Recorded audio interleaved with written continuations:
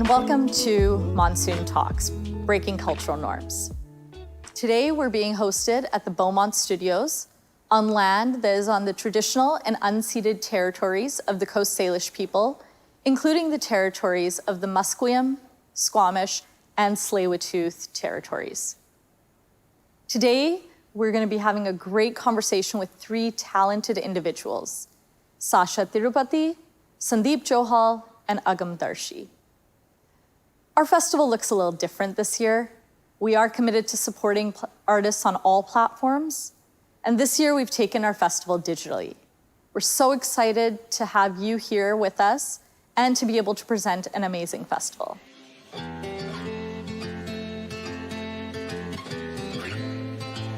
Agam Darshi is an award-winning storyteller, actress, writer, director, and producer. She's been a professional actress for over 16 years, working internationally and garnering awards. As an activist for race equality in media, Agam Darshi co-founded the International South Asian Film Festival. Currently in its 8th year, the festival focuses on bridging the gap between South Asian talent and mainstream audiences by breaking stereotypes and expanding North American views on South Asian culture. Agam is also a winner of a Leo Award. Sandeep Johal is a Canadian visual artist whose work ranges from intricate black and white line drawings to colorful, large-scale murals. Her art practice is aesthetically and conceptually inspired by her South Asian heritage and is an expression of her social and cultural concerns, particularly gender justice. Her most recent series, She Left Only to Come Back, is an exploration of femininity, motherhood, intergenerational trauma, and loss set against a backdrop of familial obligation and self-sacrifice. Her work has been featured in several print and online publications, from CBC Arts to the Globe and Mail. Sandeep Johal is a winner of a Darpan Achievement Award. Shashaa Tirupati started singing on radio stations at the age of 6, gave her first stage performance at 8, and learned classical music at 10, and made her Bollywood debut in 2010. Popularly known as the Humma Humma Girl, Shashaa is a multilingual playback singer, songwriter, composer, and voiceover artist. When it comes to humanitarian efforts, Shashaa is extremely active with CANFAR, the Canadian Foundation of AIDS Research, for which she organized several fundraisers. Shashaa is also a national award winner.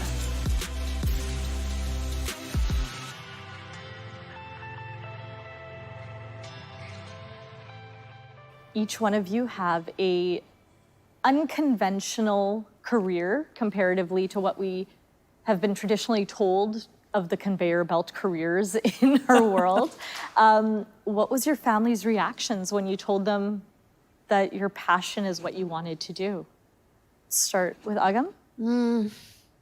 I think they always knew from a really early age that I was not a normal kid, that there was no way of making me do anything that I didn't want to do. Mm-hmm. So they were just happy that I went to university. Like, they didn't even know if I would get that far. But when I was there, I decided to go into visual arts. I became a photographer. That was my focus, mm-hmm. and I minored in theater.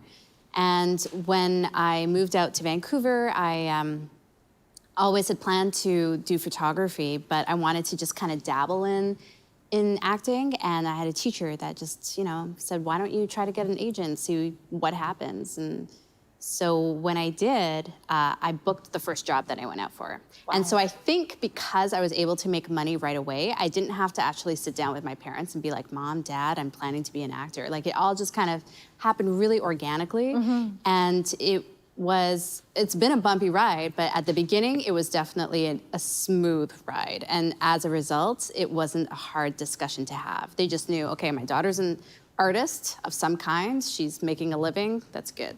They were happy. That's amazing. Yeah. That's amazing. Sandeep? Yeah, just echoing that. My parents, like, my entire life, I just drew the entire time. And so they were used to seeing me using my hands, making drawings. I don't think that they thought of it as a career, though. So when I turned 30, I went back to school to study art. My mom was like, why can't you just get a job and stick with it? I'm like, because I can't.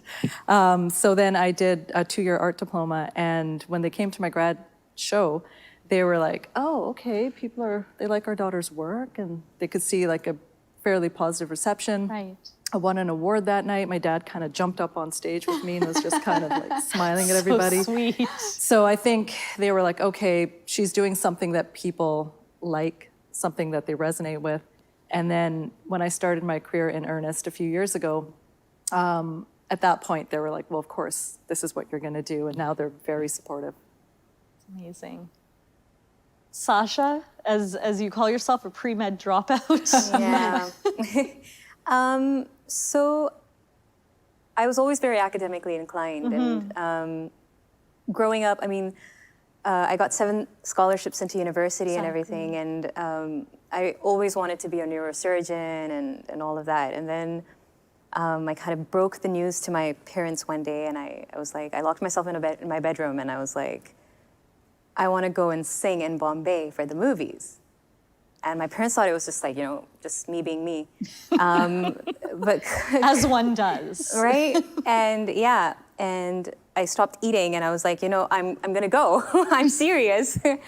And yeah, they weren't okay with it. And then I kind of just booked my flights with my scholarship funds, which I was supposed to use for my education. Amazing. And I left. And my father, he didn't talk to me for, I guess, 7 years until I won the national award. And then I got one message which was equivalent to a Grammy for me, and it was, I'm speechless. Aww. And I think at that point I felt that, okay, they finally accepted what I want to do. But having said that, my parents have always been very, very supportive with my music. They relocated to India so I could train. My grandfather was not in favor of me singing because music is, often not, looked upon as a very respectable job. Right. And Specifically for that generation. yes, for that generation, Right. exactly. And my father kind of rebelled against my grandfather, saying that, no, I'm going to take my daughter to singing classes. So it did start with that. I mean, they kind of like laid the stepping stones for me to actually take that decision of wanting to drop out and Wow, that's really amazing. We are in a place right now where we've had to isolate a lot, and we've definitely had more time to reflect on ourselves and our privilege and things that we normally deem to be important in our lives. What have you all learned during this time as you look at yourselves? Yeah, I mean, I welcome the pause. I realized that I was kind of on this hamster wheel, and I became addicted. I am addicted to work because I love what I do. And I keep saying I was, but I am. I'm addicted to the hustle. I'm addicted to productivity and being busy. And so being forced to slow down made me realize that I don't have to act in that way, that I can take a pause and I can rest and reflect. And it's given me that time and space to kind of reevaluate my life and reprioritize and truly understand that like health and your family are the most important things. I was able to be more present with my son and spend more quality time with him instead of having, my mind moving in a million different directions. I could actually just sit with him and be completely focused, which I haven't been in a long time. So that felt really good. And just that space to breathe, Now, I imagine for both of you specifically, given the work that you do, things have just shut down. So how has that changed your daily lives at the moment?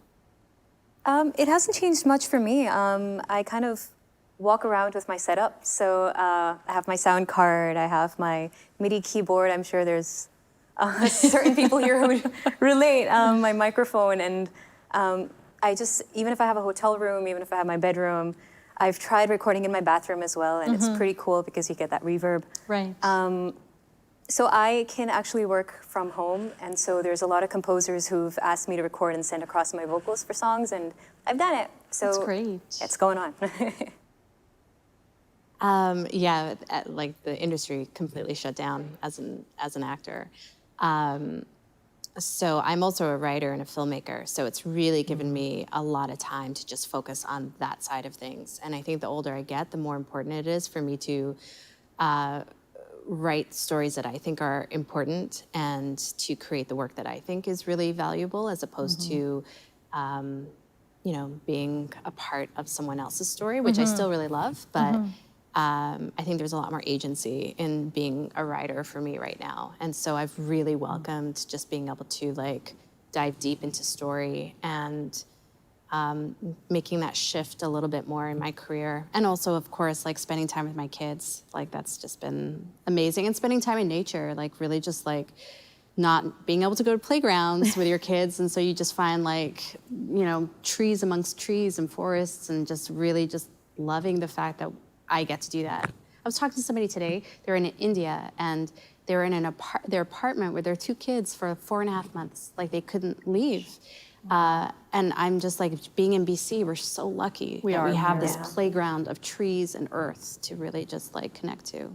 And do you find that your level of self-care now is much more different than when you're part of the hustle or the rat race of work? No, I still stay up every night drawing. I can't stop. I'm a night owl, so I still, like, that's when I think the best. That's when I have, like, the quiet time to actually just focus on drawing. But for you, that is your level of self-care. That's your way to emote what your creativity is. For sure, it is very meditative. But then when my son wakes me up at like 6:30 in the morning, then I'm like, why did I stay up so late? Yeah, for me, so I have ADHD. So for me, I think it couldn't be any better. There's just so many things I can kind of accomplish right now, rather than dedicatedly going to the airport for a gig, or going for rehearsals, or going to the studio for a recording. There's 1,000 other things I can do right now, and I'm very grateful in a lot of ways for the time I have at hand right now. So, and I think the more I keep myself occupied, I think that for me is massive self-care. It's interesting how everyone has their own version of it, but it is so therapeutic to each individual. Just the way you were talking about nature and how that's just meditative in its own way. How would you define success? And do you think you're successful?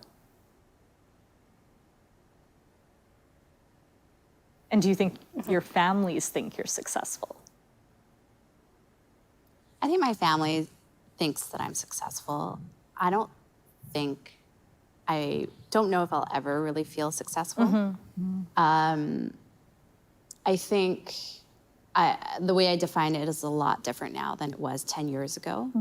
I think now it revolves more around balance, to be a really great mother, but to also be a really great artist and a filmmaker and an actor.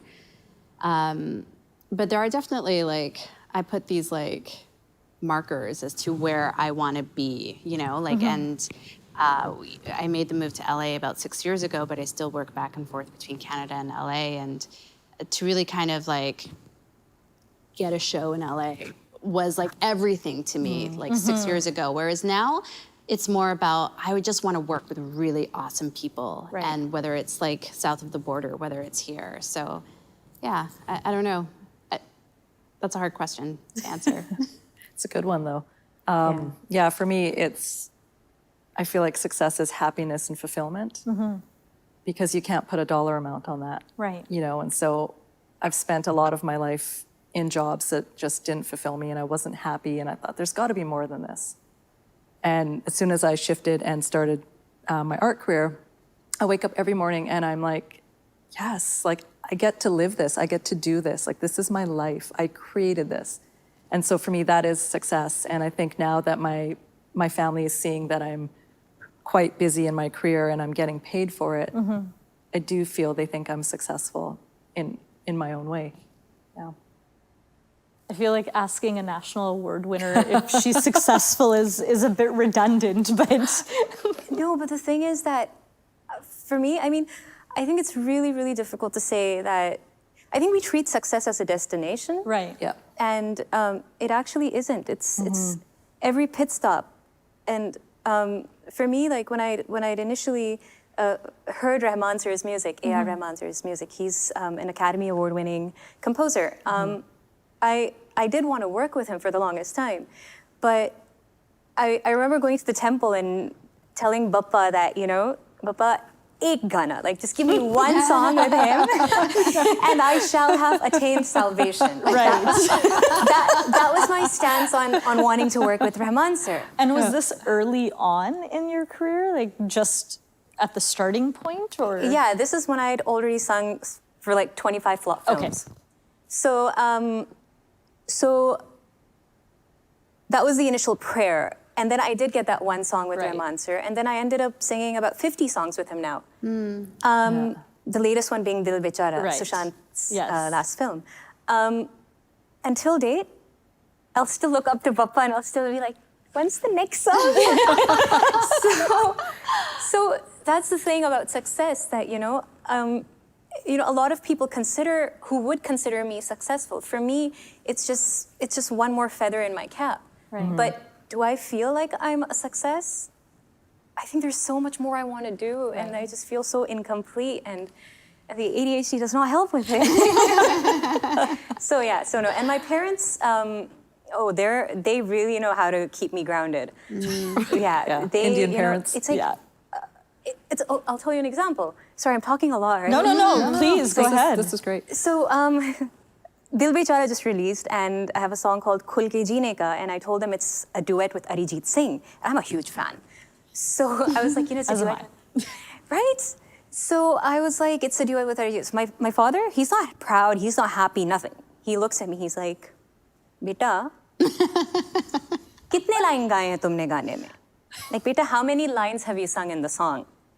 I was like, it's a duet with Arijit Singh. And the thing is, like, nowadays, when you listen to Bollywood songs, there's so few female solos. Or there's, even when you do have duets, there's like one line for the girl and there's like 20 lines for the guys, Oh, interesting. So, yeah, like even in Hamma, it's just like, 4 lines over there. And it's just how it is. I don't know if it's the whole male chauvinistic industry, or how we kind of visualize superheroes and heroes in cinema. But I think that's why my father was, kind of had that thing where he's like, Beta, have you sung one line, or have you sung more than that? I was like, Dad, it's 8 lines. So my parents, no, I think they just watch every movie and they're like, Isme gaya hai? Have you sung a song in this? So yeah, not successful for my parents. That's so funny. But I feel like that's a true Indian parent in that way. Totally. That as much success as you've achieved, they also know that you have the potential for so much more. And so you're right, these are just pit stops or feathers in your cap until you get to that next plateau and then that next peak, and so on and so forth. So it's really interesting. I know my parents are very much the same way. As proud as they are of things I've achieved over the years, they don't necessarily boast about it as much. And especially given that I'm in, again, an unconventional career path where I work in events and fundraising. And so it's not necessarily something that they ever saw me doing, but it's something that they look at now and think, oh, that's really cool that this happened. Or I'll show them a clip of, a next day edit of a gala I've done, and they look at it and they think, wow, you put that all together? Or these people showed up there? So that sense of pride that they do get, but they also know that there's so much more involved in what you do. And I think that that's just a true testament to an Indian parent there. And it's hard for Indian parents to wrap their heads around unconventional careers. My parents thought I was, or my father specifically thought I was a telemarketer for a long time. Honestly, we got a call one day and I asked him, Papa, who's on the phone? Oh, it was just one of those telemarketer questionnaire people. The thing that Vin does. Like, that's far from what I do. So funny. But that's cute that that's what you think it is. Yeah. But it's true. They can't wrap their heads around it, or it's past their world, or what they've known to be their world. Yeah. So like out of the box, right? Completely. As you talk about, the difference between men and women specifically within songs and how women wouldn't necessarily always get a solo, or even if they do, I know singers have spoken about how the female version of the same song doesn't get as much airplay as, say, the male version does. Do you feel like you have to work harder as a female in order to get recognition for what you do? And this is across the board, but specifically for the music that you do. You know, I think sadly, it's not in our hands. No matter how hard I work, I could go and meet 20 composers and I could tell them that, you know, give me a song. But I don't do that anymore. But I think no matter how hard you work, it doesn't change the actuality of things. It doesn't change the fact that they're just gonna automatically start creating more woman-centric films or woman-centric songs or female solos. You know, there's no guarantee to that. And I don't know what would change it, or I probably would have done something about it. But yes, for me, what I usually do is that, so I produce my own music and write my own songs as well. So I've just been writing a lot of my own music, and I've collaborated with other artists, and I've brought them on board, and I've been doing my own stuff. If I don't get a female solo for a film, I might as well just create a female solo for myself. And I recently did a song with Chinmay Sripada. I'm not sure if you're aware of her. She sang in Chennai Express and a lot of beautiful movies. And we did a song designated to women. It's a duet between myself and her. And you won't see too many female duets. So the intention behind it was to actually tell people that we do exist and we can deliver a song as women and make it effective as well. So I think it's about the mindset. Kind of need to like. And then with your realms of work, obviously there's also being female, but also being a person of color and being a visible minority within that realm. And I know, Agam, you and I spoke about this a little earlier, but I'm curious to hear your perspectives on having to work within your industry and being a person of color and female.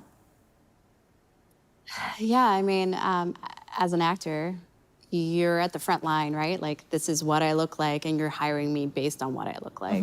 So obviously, there's going to be some biases, and you know, there really aren't as many. I hate like chiming into that, but there really aren't as many great roles for women, and particularly women of color.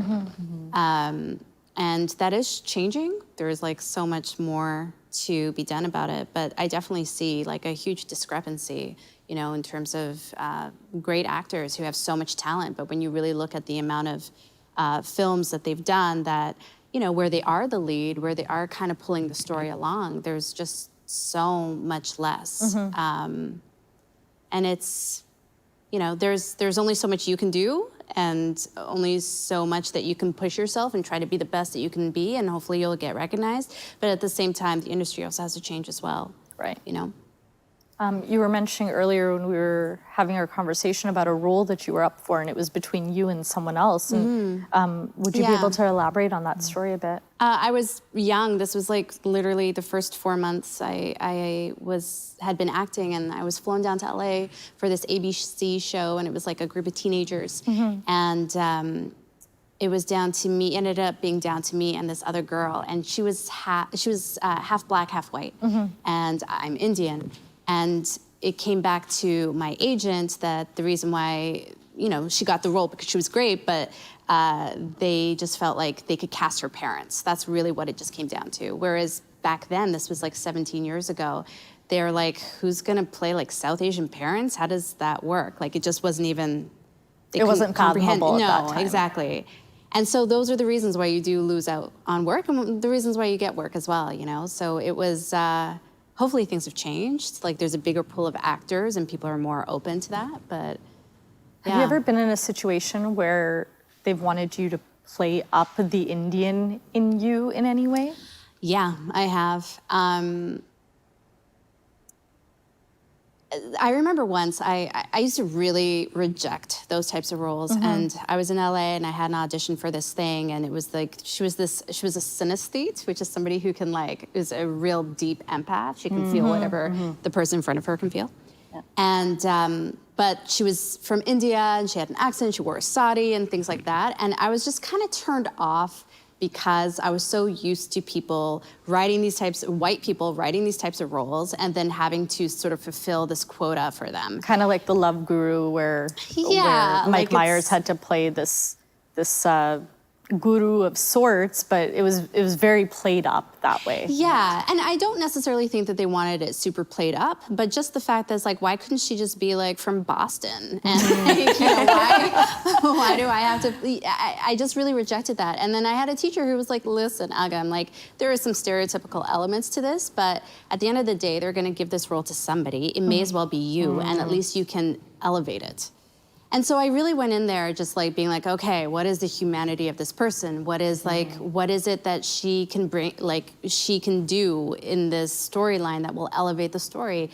And I ended up getting the role.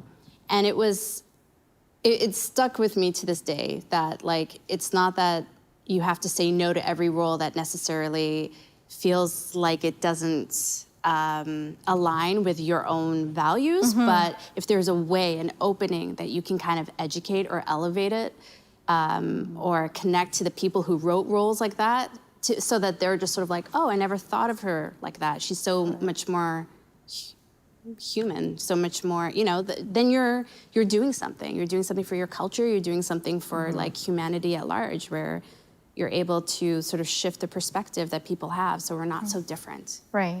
And I imagine you take those experiences, and now being a playwright, you're able to then take that and put it into the work that you create yourself. Yeah, I try to, for sure. Like as a writer, I'm only interested in writing stories about people of color. Like that is my mandate. That's all I want to do, and because there's not enough. And so I'm definitely trying to create complex, interesting characters that everybody would want to watch, whether you're Indian or whether you're, Chinese or whether you're white, doesn't matter, I just want to create humanity in the stories that I tell. Sandeep, with your, with visual art, people don't necessarily see the person, they see the art itself prior to actually knowing who it's connected to. Have you felt any disconnect in that way, where people have looked at you and looked at your art and thought, oh, this came from this person? No, because it's really important to me when people look at my work that they know it was made by a South Asian hand. That's great. So it's really important for me to bring those influences into my work, the patterns, the colors, textures, all of that. Because I spent so much of my life being ashamed of being Indian. Growing up in a town where there's very few Indians, you just kind of feel like, oh God. And as an adult, I'm spending this time now reclaiming my identity. And so that's such an important part of my practice, is like showing who I am. And so I tend to call myself a maximalist. I like to cram as much as I can into a work, but also give it breathing room and have the colors, the patterns, the textures, the imagery, everything. And so, especially with my murals, because they're out in public space, and I want people from our community, when they see them, to feel like, finally I feel like something is representing me. I feel visible, I feel connected. And I've had Indian people tell me that, I stumbled across your mural and I was like, saw myself in it. So it's important for me to have people from our community to see themselves in my work, but also for it to resonate with all people. So yeah, it is important to me. And because sometimes I feel like you can be pigeonholed, like your work is too ornamental or decorative or too ethnic. And oftentimes when I work with clients, I have to tone it down a bit. And so I feel conflicted, because that work pays, allows me the freedom to work on the personal work, so every artist has that sort of internal conflict. So sometimes I do have a hard time muting the colors, or kind of taking my flair away from the work. Because it doesn't necessarily feel like your truest self on canvas? Not 100%, but I find a way to put myself into the work regardless. So I always make sure I tell clients it still has to look like my work. It has to retain my aesthetics. That's really important to me. So yeah, so I feel like when people see me and they see my work, they're like, yeah, that makes sense. It's really amazing. We're in a situation, obviously, even with this festival, that technology and digital platforms are kind of king right now. But over the years, as you've all done your work, how has technology changed the definition of exposure for you? Is there a different pressure now in keeping up with others because of the fact that there's so much out there and there's so much content, and it's giving a platform for millions upon millions of people to be able to showcase what they do? I think it's a double-edged sword. Because on one hand, you have a great venue to be able to like throw out a web series or have your work seen by so many people. But at the same time, as an actor, there does sometimes feel like there's this pressure that it's like, how many people are following me on Instagram? Will that get me the role? And that's like a big, I don't know, nobody's really been able to answer that question for me as to whether or not that's actually true. I don't believe it is, and I choose to not believe it. Like, I just kind of cherry pick what I want to believe and what I don't want to believe. Really, it's probably easier that way. Yeah, that's how I go about my life, and I kind of just believe that, like Instagram, I don't need to be like attached to it. I don't need to like put myself out there. If somebody wants to hire me, they're going to hire me based on my talents and my merit, as opposed to like how many followers. And maybe that's not the type of project I want to be a part of, anyways. But at the same time, it's great that we're able to still like connect and communicate and create community, in this way to all those people who are watching, right? Like that's huge. That's an enormous thing. Yeah, and it's like about access too, right? Like, I don't know, like I grew up pre-internet, so right? Just dating myself here. But it's like that access. And so like now I have access to all of these artists of color I didn't have access to before, and I can see the kind of work they're doing, and it's really inspirational. But it is that double-edged sword too, where you're like falling down like the wormhole, and you're like, oh, my work sucks. It's not as good as this person's. What am I doing with my life? And you can just like waste hours every day just feeling terrible about yourself. So it is, like, it is so helpful on one hand, but on the other hand, if you put too much pressure on yourself to like present yourself in a certain way on Instagram, or like chasing the likes and like, oh, if I just get to this many likes, then maybe like an art director will take my work seriously. It's like, well, they should take your work seriously regardless, based on the merit of your work. So yeah, it's kind of a weird thing, this whole online platform. Yeah, I totally agree with Agam and Sandeep. So the thing is that, like in Bollywood, what it is that when you're singing for a film, I think there's so many producers and composers who will take singers on board who have a strong social media following. Right, yeah. So, and I know a lot of YouTube stars and viral singers who may not be as talented as a lot of singers who may not be viral. Yeah. And when you see them getting opportunities to sing playback or to sing on the soundtrack of a film, it just makes you wonder that, are numbers that important? And so I think it's about maintaining a balance. Right. My life currently revolves around my riyaz, just practice, my studio sessions and my shows, and creating content for my Instagram because I'm literally, I cannot see a pen for a pen. Like, I need to look at that pen and I need to be, what content can I generate from this pen? It's just, it's like, if I'll see like my shadow on these floors, I'll be like, hey, that could be a boomerang, like right there. Like I'm literally thinking, you're kind of wired that way because the more you post, the more followers you get, the more people notice you from the film fraternity, the more opportunities you may potentially get to sing playback. So it's just this vicious circle, and there's no way around it. And there must come an immense amount of pressure with that. There must be that constant having to think about content generation and being present, but also ensuring that you're always present and that you're not falling behind in any way. Oh yeah, absolutely. Like, even on Instagram. So what Instagram does, and this is something I've very briefly read about.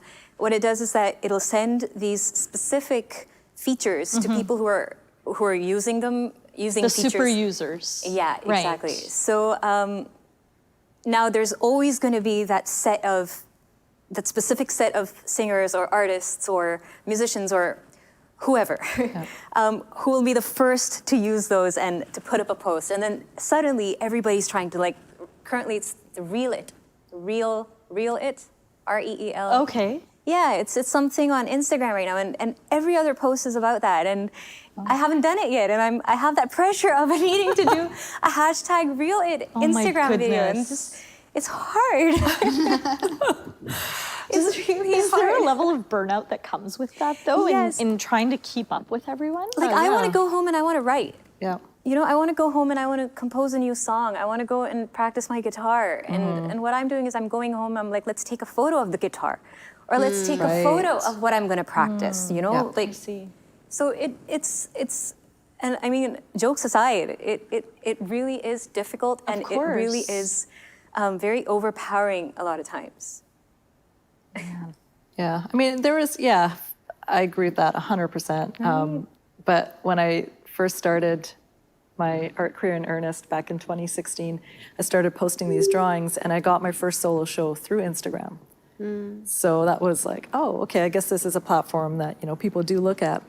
But I do feel like such a grandma on it, and like I'm not strategic at all. I kind of like when I see people's Instagrams that are just like more organic. They're not really like super hyper planned, because it just feels more natural or more real to me in a lot of ways.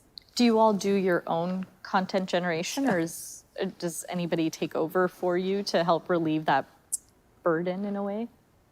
Yeah, that first post of the day, like I love creating content. I love photography, not like phone photography. I love shooting my own videos, and like to the point where it's not reached saturation point for me, you know? Right. When it becomes an obligation, I think that's where it's like, you know, I wish I had somebody to manage my social media for me. So it's very distasteful when, you know, you stop enjoying what you love or the creation process. It's just, and I think that's where I kind of realized that my content also suffers.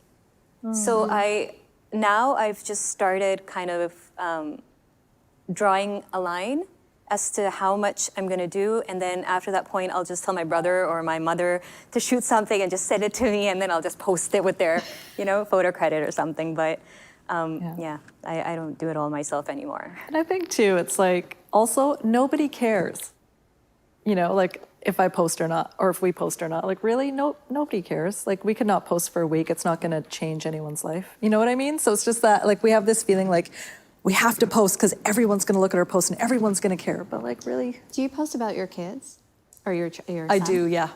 That's the thing that I've had a hard time with, is I actually have two distinct accounts. And one's my like Agam Darshi account, like look how fabulous my life is. And then the other account is called White Babies Brown Mama, which to be honest is probably the most authentic part of my life. And it's like me and my like two white children who are actually brown, but they don't look brown. They're half brown. And it's like, it's that side, it's motherhood and things like that. But I have yet to figure out a way that feels like I can combine those two worlds. Yeah. And that's been interesting. I mean, I think for me, it's just a lot of work to manage two accounts. Yeah. And so it comes down to really like laziness. But I didn't start my career until I had Safa. So my art career and Safa are both like inextricably linked. So he's so much a part of what I do. And because I didn't have childcare, I had to take him everywhere with me. I took him to my meetings, studio visits, like all of these places. And so everybody knows him in my sort of realm of art. And people love seeing pictures of him. And I usually post pictures in the context of art. So when we're out at a gallery together or we're at a studio visit, it's like Safa with art. And so it's just... He's your model. He's your muse. Kind of, yeah. And, you know, people love it and they love seeing him. And, you know, like I'll post stuff in my stories. And it's just like, I feel like he's such a part of everything that I do that I feel like for me, it feels good to have him in my Instagram. I know for some parents, they don't feel comfortable, and that's, you know, it's everyone's choice. But it, you know, works for me. So I don't know, just like slowly throw a picture of your kid here and there. Yeah. Yeah. watching you that's on a whole- TV or something. Exactly. Got a camera. Within your realms of work, have you learned to create rules to dictate what's comfortable for you versus what you feel like other people want to see or feel like they want you to be? This does go back a little to the topic around representation and playing it up a little more, but how have you been able to navigate that to be able to create the rules within your own work so that you are comfortable with what you're doing as opposed to other people controlling the narrative? Right.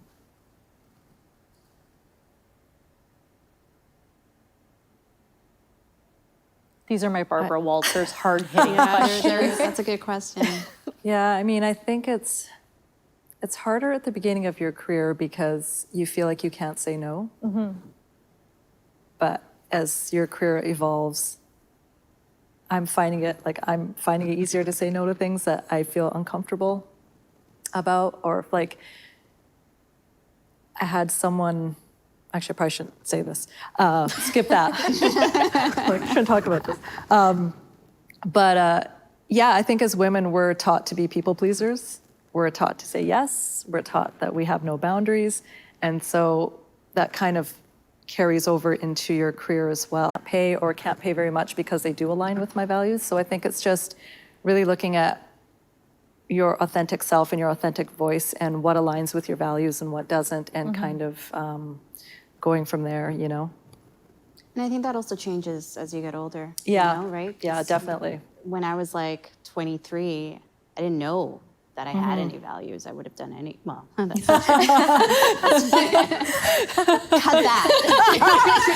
Cue the porn music. But yeah, I was just like, I was very willing to just be like, oh yeah, I'll Yeah. take on this role. Whereas like now I'm, you know, there are things that as a South Asian woman, I probably like, whether it's a role that's more sexual or whatever, I'll do it. I'll do it if I believe in the character and I believe in the project, but I won't necessarily do like a horror film because I just think it's gruesome and it's like unnecessary, you know? So, but I've learned that just over the years as I've gotten older and as I've had kids, that's been a huge part of it as well. Yeah. What do I want to put out there in the world? Yeah, absolutely. So in the beginning of my career, like you said, there's a lot of songs that I would go and sing. There's a lot of gigs I'd do where I wouldn't get paid, decently enough. I mean, the first gig Or I at did- all, I'm sure, in some cases. Still am. but yeah, I mean, there'd be shows where they'd make us sing for 4 hours and they'd give us like 500 rupees, which is like $8, I guess, in an envelope. Wow. Like, the envelope probably costed more. So that's how it was initially, and I'd go and I'd sing, like not vulgar songs, but I'd sing songs that I'm still not very proud of, and don't Google this, guys. There are songs that are just, I mean, I cringe when I listen to them, and I did it for the money because I mean, I do consider myself self-made. I left home when I was about 18. I was on the road for 3 nights and I had no place to live in. I had no money. I would walk 7 kilometers to save like three rupees, which is like not even like a penny here. I don't know. No, I don't think it's a penny. It's probably a little more than that, but 3 cents. So, just the kind of things you go through, and then you kind of, and then I also had this thing that, okay, like I asked my parents for 1 year. Right. And I told them that 1 saal mein main aapko star ban ke dikhaungi. Took me 7 years. I'm still not a star. You're doing pretty good. Don't worry. Thank you. You're a star in our eyes. Yeah. But yeah, I mean, you think that any song could be, that song that does it for you or that changes your life. And for that, you'll just sing anything, which is what I did initially. And today, I think, I mean, I have some of the biggest composers who will send songs and they'll be like, are you comfortable singing this? And, it kind of makes you feel that they're growing a lot more respectful and they're more conscious about the quality of content that's coming out. I think that's one change I've seen over the past 13 years that I've been there, drastically. You know, the scene is changing. They are more content-driven, films, songs, the music. So yeah, to answer your question, there are things that I did in the past. Not things that, okay, don't keep that. I've not done anything in the past. There are songs that I've sung in the, oh my gosh. There are songs that I've sung in the past that I'm not too proud of. Yeah. But now I think we are in a lot more control. Given the fact that you are self-made, you went to Bombay, you have talked about, you know, sleeping at the railway station for 3 nights and living, you know, half an hour outside of the city, just 2.5 hours. 2.5 hours, I apologize. 2.5 hours outside of the city. Being from Canada, being from Vancouver, were there misconceptions that people had of you as you tried to enter into their world, their bubble, and how were you able to break through those barriers? So many. I think the first thing that they think is that you're available. I mean, I would smile at people. We're Canadian, we're nice. Yeah. And you know, they take that in such a wrong way, especially if it's to a person of the opposite gender. And Right. so I kind of learned the hard way that, you know, I'm not going to smile at people anymore. I'm just going to be like, you know, hey, what's up? You know? So that was the first thing. And the other thing that they assume is that, oh, she's from Canada, so, you know, Amir Baap ki beti hai. Yeah. That, you know, her parents are loaded, and she doesn't need this work. Whereas it was just the opposite. And regardless of what my father drives today, but we come from very humble beginnings. Right. My father came with my grandfather to Canada in the 70s, and they were teaching yoga and meditation. And after that, my father would work 2 jobs a day, and I wouldn't see him for months because we'd be in school, and then by the time my father would come back, we'd be asleep, and then we'd wake up and Dad was gone, and it was just, so that's what we've seen growing up. So for me, I think my priority was that I'm not going to take anybody's help when I'm going to do this, which is why I told my parents that I want to do this myself. Because one of them wanted to come with me, and I said, I have 2 younger siblings. You need to take care of them. I mean, I can take care of myself. And so I went there, and suddenly when people are thinking that, you know, that she's this rich kid, I think part of them, I don't know what that mentality is. Maybe they feel that she's not one of us. That's why we should probably make her Kind of an run us around. versus them. Yeah, totally. And the other side could possibly be that she doesn't need us. You know, she could just go back to her country, and she's not talented. They wouldn't even listen to my CDs. Like, you know, and I'd stand outside studios in the rain for like 6 hours holding on to one audio CD, and I'd have to like catch the next local train, and oh my gosh, the local train's in Bombay. So I'd have to take the next local train back home, which was 2.5 hours. And you know, a lot of times I wouldn't find a seat on that train, and I keep falling sick because, you know, it was not the most hygienic. Right. And they would have zero regard for the fact that I was standing there and holding onto that CD in the rain, and they'd just leave in front of me, and I'd notice a car, and I'd be like, was that him? You know, and I don't know what that attitude is. I really don't know what that attitude is, but I was very lucky, and I feel very grateful that I found the right people after quite a long struggle. Did you ever want to give up? I'm so enthralled by your No, I story. agree. I'm so curious. Were you ever like, okay, this is not, I should go back to med school? Yeah, no. You know, if God were to be like, you know, you can go back and change everything, and I wouldn't change a thing. But how did you know in that moment? No, if you don't mind me please, asking, go how did you ahead. know in that moment that you were like, okay, I'm just gonna keep at it? Like, there were no nights where you were like, I can't do this anymore. So demoralizing, no? Yeah. I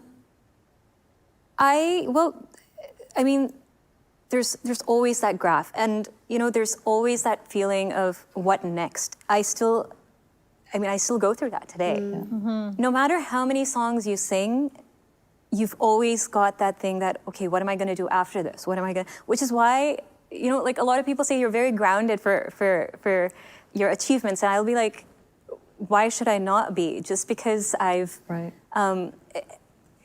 There's just so much. When you take that long to kind of taste a little bit of success, Right. you're kind of tired. I think a bit of it is that. A bit of it is that, you know, I think I'm a parent pleaser.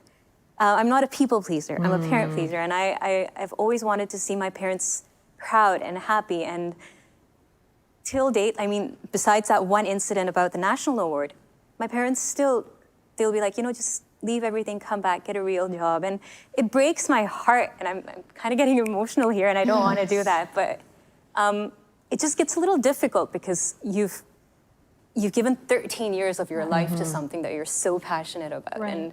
And so, you know, when you see things like that, at that time it was more because and I stopped talking to my parents after that because every time I'd pick up the phone, it's like, you know, what are you doing with your life? What are you doing? You're such a great student. I topped, like, I got the Governor General's medallion, and then I got the Shrum scholarship, it was like $24,000. And they're like, you left your scholarship for like that, for that life? And I was like, you know, I don't need this right now. I want to work hard. I want to be able to concentrate on what I'm doing, and I want to make a name for myself. And fulfill your own passion. Right?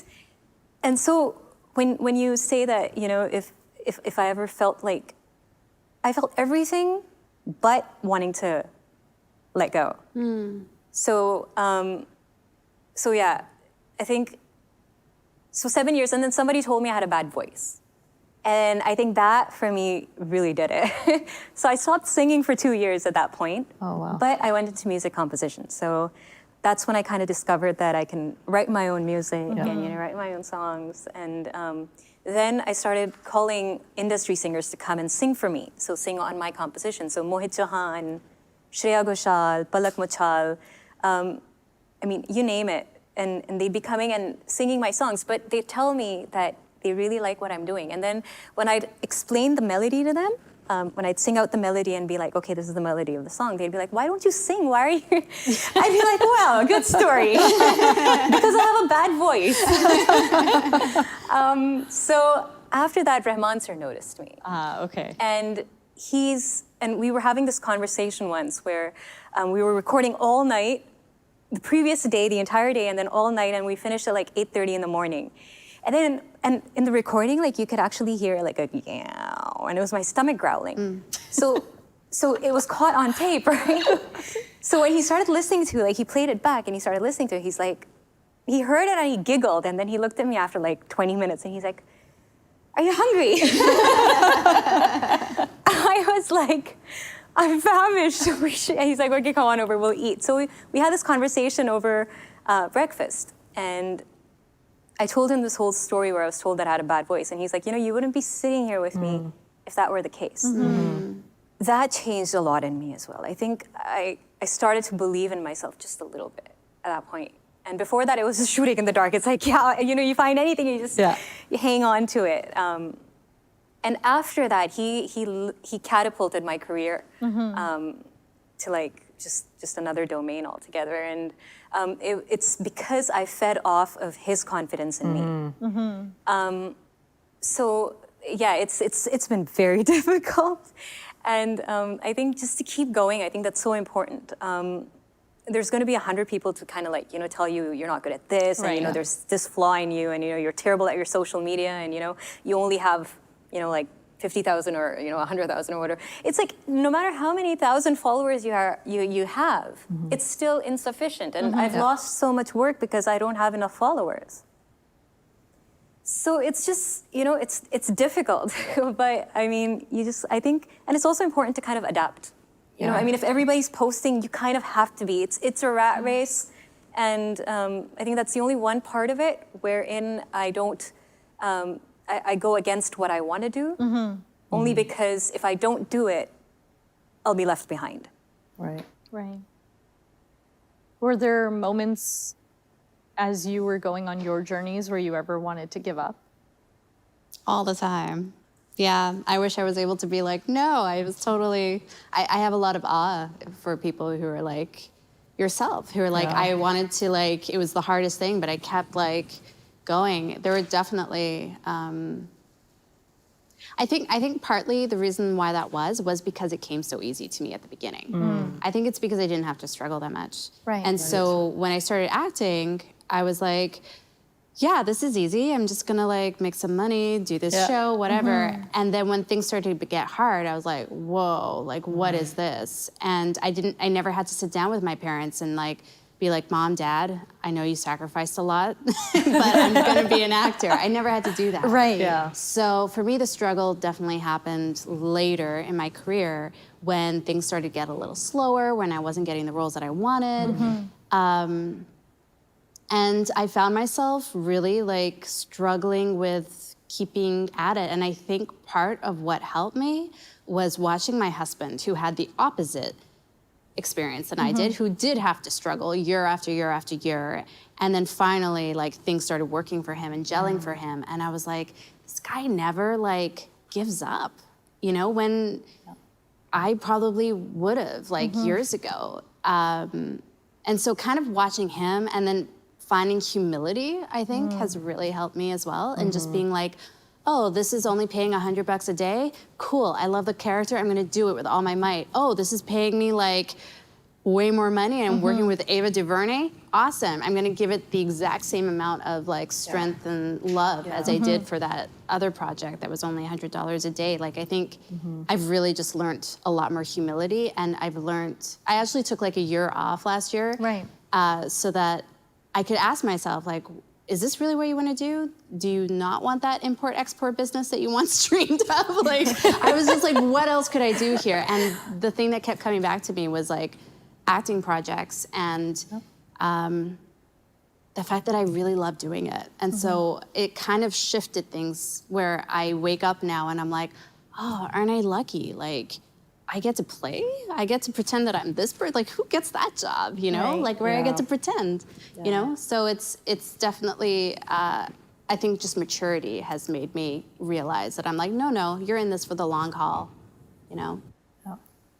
Yeah, I mean, I started my career at 41, so I had no option but to move forward because that's, you know, it's what I wanted to do my entire life. And so when I was leaving my job at the end of my mat leave, I was like, can I do this? Like, I don't know if I can do this. And my husband was like, you can do this. And just having that person believe that I could do this gave me that extra push. And he was going to a job that he wasn't particularly fond of. So then it was that added pressure of, well, if he's willing to go to a job he doesn't like to support me in my dream, then I have to push. Like, I have to do this. I have no choice. And so, you know, I put my mind to it, and then things just started rolling. And it's just been like that ever since. And, you know, I have this sort of ongoing bucket list. And every time I get something on that bucket list, it's just, I have another thing, and then another thing, and then another thing. And, you know, it's just believing in yourself, believing in your abundance, believing that you can do it, and just persevering, you know. And I think that's the thing where a lot of people would just give up. You know, in a couple of years, like, oh, it's not really working, I'm just gonna try something else. But it's the long game when it comes to a career in the arts, you know? Like, you have to play the long game if you wanna succeed. And it's amazing, don't you find, like, when you do see people who, like, you know, 15 years ago, you would have been like, if I was them, I would have been out of this business. But they've kept at it, and now 15 years later, they're the ones who are, like, they've got their own shows, they've got their own, like, you know, recording... I don't know what the term is. Recording, you know, but they're there. They're doing it. I find those types of stories so inspiring, Right. Because you knew them when, you know, they probably should have given up, and they always. It's almost like it's like a law. It's like you're going to get there. Right. You just have to persevere, and you have to. Adapt. Yeah, and that's the thing too. It's like, it looks like it's fun, like, you know, the things that we do. It's like, oh, it's really cool, it's really fun. Because we only see the end product. But it's a lot of work, you know. It's a lot of sleepless nights. It's a lot of hustle. It's a lot of, you know, emails and connecting and networking and all of that. And people don't see that stuff behind the scenes. You know, they just see that finished product. Right. And so I do like to openly talk about the struggle of being an artist. I like to talk about difficult projects. I like to talk about failure because for me, failure isn't a bad thing. It's a good thing. I grow from it, and I like to fail up. You know, and so I don't know. I like that. Yeah, Failing I like that up. a lot. Yeah. because like you know, like you could fail at something and then just give up, and then who knows what could have happened in that moment. But if you look at it as an opportunity to grow and move forward and learn from, then you're only going to have more resilience. And you're only going to be able to get further in your career if you know, tap into that. So, Growing up and seeing the passions that each of you had, were there particular role models that you would lean on or follow or even just admire? And it's interesting because each of you, the different worlds that you have in what you do, but they do mesh, they do intersect in so many ways. But Agam, for you, not necessarily seeing a lot of representation on screen or even on stage for that matter, how did that shape you? Well, the very first self-portrait I painted of myself when I was in kindergarten was with blonde hair and blue eyes. So that's how it shaped me. Is that I know, there's a lot of... but I mean, because I thought that was what was beautiful and that's what I wanted to be for the longest time, right? And I remember seeing Monica Diol on Much Music. Oh, yeah. And I was like, who is this person? Like, and a part of me was shocked because her skirt was so short. And I was like, she was so sexy. Yeah. You know? And I was like, she's allowed to go out like that? Her parents are okay with this? Yeah. But I was also so inspired because I was like, wait a minute, like, we look the same. Right. And that was such a positive role model. Yeah. In a way that I didn't even comprehend at the time. Right. And then just like seeing even like Sandra Oh, like she had made... I watched her films when she was still in Canada and being like, oh, like she's making these beautiful films. And that really like affected me as well. So I always kept note of like actors, actresses of color. And, you know, have been lucky enough to meet some of them and work with some of them. And it always like just sort of fed me. I was like, whoa, whoa, whoa, if they can do it, if Parminder Nagra can do it, like that was just such a huge thing, you know? Huge. Or like Veena Sood, actress in town. And just like, I was always like, wait, there's hope for me, you know? They look like me. Yeah. Yeah, to be honest, I can't think of any like immediate role models in our community growing up because every Indian person I knew was just doing a conventional job. Like I didn't have any art role models. I didn't know any Indian person who was making art. I didn't see it anywhere. Looking back on that, does that give you a bit of sadness to see that there wasn't enough representation that way? Yeah, it does. And you know, when I was able to do my project with the Vancouver Art Gallery last year, they had moving still performative photography from India as the exhibit. And they wanted to activate the rotunda, so they asked me to paint 4 murals in the rotunda, and they gave me complete freedom. And so I got to be as bold and colorful and vibrant as I wanted to. And I just felt, it feels so good to be in this space as an Indian woman. I get to activate this space in the way that I want to. And then I'm surrounded by all of this beautiful photography from Indian photographers from around the world. And I just felt like such a resonance with the work. And I felt like I was so represented. And, you know, because oftentimes you go to galleries and you don't see work by artists of color. Right. And Or women. or a women, lot of times. yeah, Right. 100%. And so just being able to see more work by women, more work by women of color in these prominent institutions, it just gives me so much hope, and I feel so much pride when I see that work. So I'm like, that's me, and that can be me in the future, and it can be all these girls coming after us. You know, so it's really, really important to see yourself represented and to have that visibility, because then you feel like you belong. You know, you're not this like afterthought. Yeah, I wasn't here much in the beginning. I was probably here till I was about 7 or 8 initially, and then I went to India to learn music. So while I was here, I didn't really, I was too young to comprehend, I guess, like, you know, what exactly, and I didn't go to watch concerts and stuff I would go to perform. Right. So I was the artist, and then my parents would just take me and leave, after we were done. So there wasn't much that I could really be exposed to. But in other streams, yes, there were a lot of people who I really looked up to, and and these are people who kind of laid the foundation for me to actually consider a career in music. And people like Atish Ram, he was definitely one of those people who he would have me on the Children's Miracle Network telethon, and that is where I met Agam and Meera, and I don't think I've ever mentioned this to you guys. It's in a couple of my interviews as well. I saw you and Neera there, and I would watch you guys behind the camera with the microphone talking. And for the longest time, I wanted to be like, a news reporter or like a VJ or a host, because I was so impressed by what you guys used to do. And I used to take my hairbrush, I used to stand in front of the mirror, and I used to enact being one of you guys. And I'd have this hangover probably like a week after the Miracle Network telethon. Because we would see you guys there, and it was like a 24-hour thing, right? And then we'd keep seeing you flash on television as well, and every time I'd see you guys, I'd be like, oh my God, that's what I want to do. And then afterwards, reality hit. But yeah, so you guys are people who I've kind of I've grown up seeing these guys being, confident people in front of the camera, and which is, I think subconsciously you kind of imbibe that, especially when you're younger. There's a lot you take in subconsciously. You don't think that I'm picking that accent up, or you don't think that I'm picking that melody up. And probably 20 years later, you think of a melody and it's like, oh my God, it just came to me. You don't know where it came from.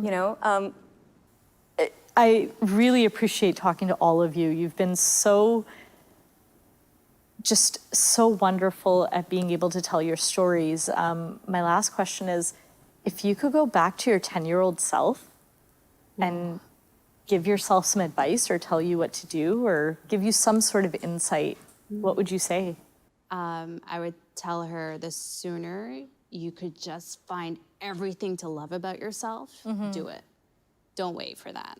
Because I think that's something that I have waited a long time, is to really just love this body and this person that I am, and it's taken way too long. Especially as a female. Especially as a female, especially as a female of color. Exactly. I never saw anybody who I could be like, I want to be like that. I want to she's, and so I would just say you're different, and just love it. Regardless of what you see, what you hear, just put blinders on, I'm still thinking. Yeah, I mean, that's a good question. Well, I think, and it's interesting because you touched upon earlier that you spent a lot of your childhood not necessarily embracing the Indian in you. Yeah. And now you're taking as much of it in as you can, and it's representative in your art and what you do. I would say, again, what you're to add to what you're saying, is just owning your heritage, and just really owning that, and not wanting to be like other people, right? That are non-Indian, to just really own the brown skin and the brown eyes and the black hair and the culture and all of that, and just feel really proud of it, and follow your heart. But for me, timing is everything, and I feel like my career needed to happen now, because I think if I had started in my 20s, I don't think I would be an artist, to be honest. The perspective would have been different. Yeah, I think I needed to be at this point in my life, this age, to get this career moving. I needed to have my son to make this career happen. I don't know what's happening here, but it needed to happen at the same time for me. But yeah, it's just owning it, owning your heritage, and not being ashamed of it, not being ashamed of being visible, seeking out people and things that resonate with you. Yeah. Yeah, in terms of being a person of color, it's not exactly relevant, considering my background and my career being in Bombay. Right. For them, I'm the person of color, right? parallel, right? Parallel, yeah. Yeah. Like an outsider. Sorry? Like yeah, an like outsider. an outsider, exactly. An outsider. So, so yeah, I really don't know how to answer that. But yeah, in general, if there's something I could go back and tell myself as a 10-year-old, I'd say you should have run away at like 14. Oh. I need to grow up, right? I stopped growing up after 16. I just stopped. Do you think life would have been a lot different for you if you had done that at 14 and followed your passion at that point? I think it would have given me a little more of a runway. You know, I mean, yeah, I think so. Just, you know, probably would have given me 4 more years to kind of get the right teachers, probably work under a mentor. You know, and I think when you're 14, I think people can be a little more human with you as opposed to when you're 18, 19. I think they just, yeah. So I think if I were a little younger, things would have been a little different. Yeah. Thank you so much. I've truly enjoyed speaking with all of you, and I am so grateful to have each one of you here today. So thank you so much from myself and from the South Asian Arts Society and being a part of the Monsoon Festival. Thank you for having Thanks us. for having us.